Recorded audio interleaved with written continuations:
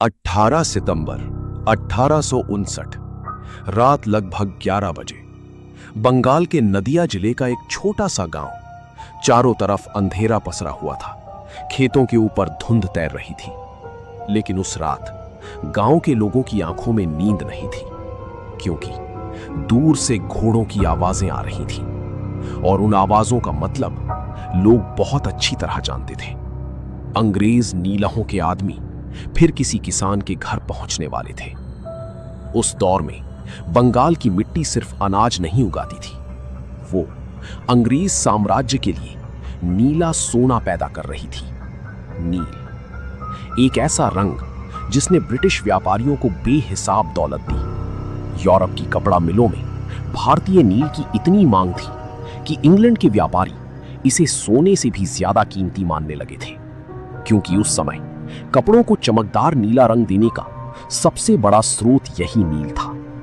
और भारत, खासकर बंगाल और बिहार, इस व्यापार का सबसे बड़ा केंद्र बन चुका था। लेकिन इस नीले रंग के पीछे छिपी हुई थी हजारों किसानों की बर्बादी। अंग्रेज व्यापारियों ने धीरे धीरे किसानों को मजबूर करना शुरू कर दिया। शुरुआत में किसानों को लालच दिया गया, एडवांस पैसे दिए गए, बड़े बड़े वादे किए गए। लेकिन बहुत जल्दी किसानों को समझ आने लगा कि ये सौदा उनके लिए मौत का जाल है। नील की खेती जमीन को कमजोर कर देती थी। एक बार खेत में नील उगाने के बाद अगले कई मौसम तक अच्छी फसल नहीं होती थी। ऊपर से किसान को उसके बदले बहुत कम पैसा मिलता। और सबसे बड़ी बात, किसान अपनी पसंद की फसल उगा ही नहीं सकता था। उसका खेत अब लगभग अंग्रेज नीलहों के कब्जे में चला जाता। धीरे धीरे पूरा बंगाल एक अजीब डर में जीने लगा। गांवों में अंग्रेज नील कारोबारी अपने हथियारबंद गुर्गों के साथ घूमते थे, जिन्हें लोग लठैत कहते थे। अगर कोई किसान नील बोने से मना करता तो उसके घर पर हमला होता, खेत जला दिए जाते, परिवार को पीटा जाता, महिलाओं तक को धमकाया जाता। कई किसानों को पेड़ों से बांधकर मारा जाता और कई बार पूरे गांव को सजा दी जाती। सबसे डरावनी बात यह थी कि कानून भी लगभग अंग्रेज नीलहों के पक्ष में खड़ा था। किसान अदालत तक जाता, लेकिन फैसला अक्सर उसी के खिलाफ आता, क्योंकि अदालतें भी उसी सत्ता का हिस्सा थीं जिसने नील के व्यापार से करोड़ों कमाए थे। किसानों के पास न जमीन बच रही थी, न पैसा, न सम्मान। धीरे धीरे कर्ज बढ़ने लगा। कई किसानों को मजबूरी में अपनी जमीन बेचनी पड़ी। कई परिवार भूखे रहने लगे और बंगाल का ग्रामीण समाज भीतर ही भीतर टूटने लगा। लेकिन अंग्रेजों के लिए यह सिर्फ व्यापार था। जितना ज्यादा नील, उतना ज्यादा मुनाफा। उस समय यूरोप में औद्योगिक क्रांति तेज हो रही थी। कपड़ा मिलें तेजी से बढ़ रही थी और उन मिलों को चाहिए था सस्ता और भारी मात्रा में मिलने वाला रंग। भारत इस जरूरत को पूरा कर रहा था, लेकिन इसकी कीमत भारतीय किसान अपनी जिंदगी से चुका रहे थे। फिर धीरे धीरे गुस्सा बढ़ने लगा। लोग आपस में छुपकर बातें करने लगे।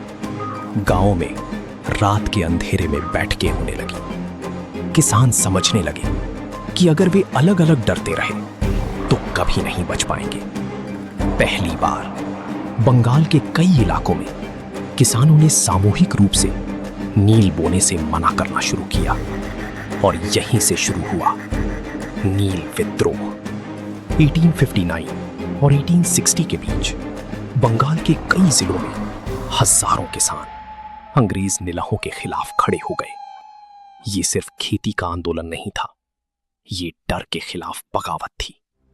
कई जगह किसानों ने साफ कह दिया, जान दे देंगे लेकिन नील नहीं बोएंगे। अंग्रेज प्रशासन घबरा गया।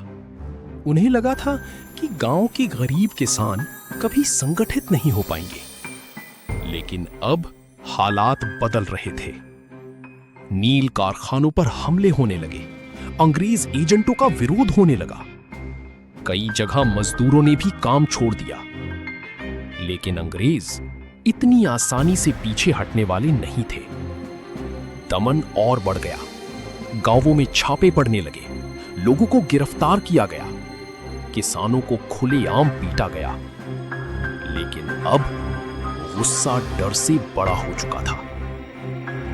धीरे धीरे इस आंदोलन की खबर शहरों तक पहुंची।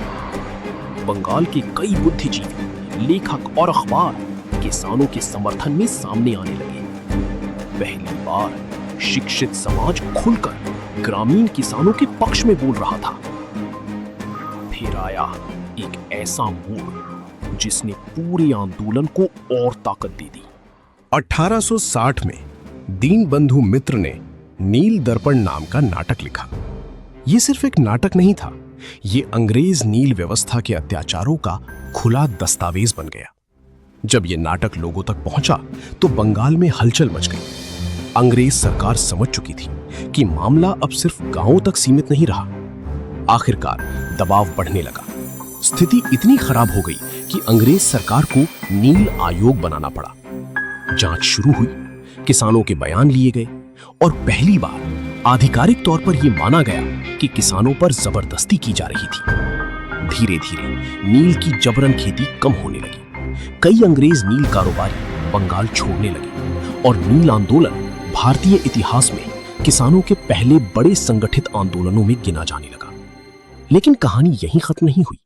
नील विद्रोह ने भारतीय समाज को एक बहुत बड़ा सबक दिया कि अगर गरीब किसान भी संगठित हो जाए तो साम्राज्य की नींव हिल सकती है। आज उन खेतों में शायद सब कुछ बदल चुका है, लेकिन अगर इतिहास की धूल हटाकर देखा जाए तो अब भी वहां उन किसानों की आवाजें सुनाई देती हैं जिन्होंने भूख, डर और अत्याचार के खिलाफ खड़े होकर ये साबित किया कि कभी-कभी सबसे बड़ी क्रांति मिट्टी से ही शुरू होती है।